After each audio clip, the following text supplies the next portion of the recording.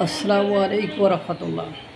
ভারত বিরোধীদের মুখে বাংলাদেশের জনগণ একেবারে ঝামা ঘষে দিয়েছে, একেবারে ইজ্জত পাঞ্চার করে দিয়েছে।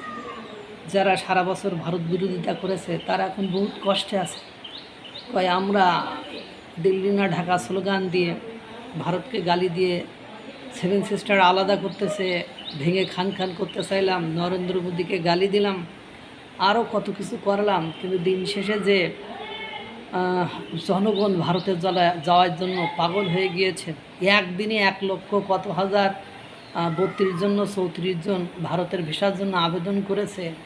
নাউজুবিল্লাহ কথাবার্তা করে ফেলেছে এবং তারা যে স্বপ্ন দেখেছিল, তাদের যে রাজনীতি, সেই রাজনীতির যে শেষ হয়ে গিয়েছে। এই কষ্টে ভারত বিরোধীরা এখন মানে ভুলভাল বকছে। ভাই, আঙ্গুর ফল কখন টক হয় সেটাও জানি, আর শিয়াল কখন অন্য শিয়ালের লেজ কাটতে চায় আমরা সেটাও জানি। কারণ ইতিমধ্যে আমরা প্রধানমন্ত্রীর উপদেষ্টা ডক্টর জাহিদের উপরে আচরণ দেখেছি। ইতিমধ্যে আমরা সুরভীরা দেখেছি কি করেছে ভারত। ইতিমধ্যে আমরা মাহাদিরে দেখেছি ভারত কি করেছে। সুতরাং বিষয়টা ওই রকম জায়গায় দাঁড়ায় গিয়েছে। তোমার যে লেজ কাটা গিয়েছে, তুমি যে আকাম কুকাম করছো তার জন্য, তোমরা যে আকাম কুকাম করছো তার জন্য এখনও বিরোধিতা করছো। তোমরা মরে যাবা, তাও বিরোধিতা করে যাবা। মূলত বিরোধিতার জন্য বিরোধিতা নাই, তোমাদের নিজেদের জন্য বিরোধিতা। কিন্তু পাবলিক এটা বুঝে গেছে, এই জন্য তোমাদের এইসব কথা তারা কোনো জায়গায় গ্রহণ করে না, কোনো পাত্তা দেয় না, তোয়াক্কা করে না।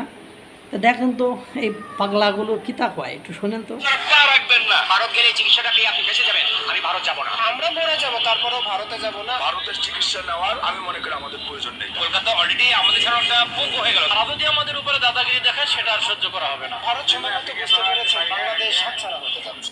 না খেয়ে মারা গেল, দিল্লিতে আপনারা পা রাখবেন না। ভারত গেলে না খেয়ে মরে গেলেও দিল্লিতে আর পা রাখবেন না, তাই এ আবেদন। আরে ভাই, দিল্লির ঝাল পেঁয়াজ রসুন তরি তরকারি চাল, সে গত পরশু চাল আসলো দিল্লি থেকে, ভারত থেকে চাল আসলো।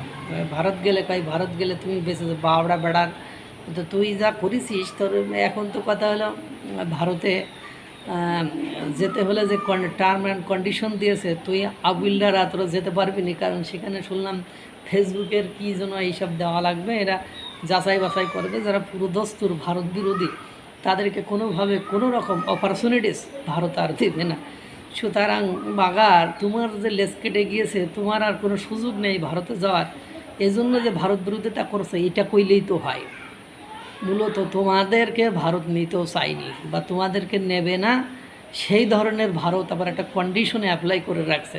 সুতরাং তুমি অত নাচানাচি করে না, বরং উল্টা করে কও যে ভারত আমাদেরকে নেবে না।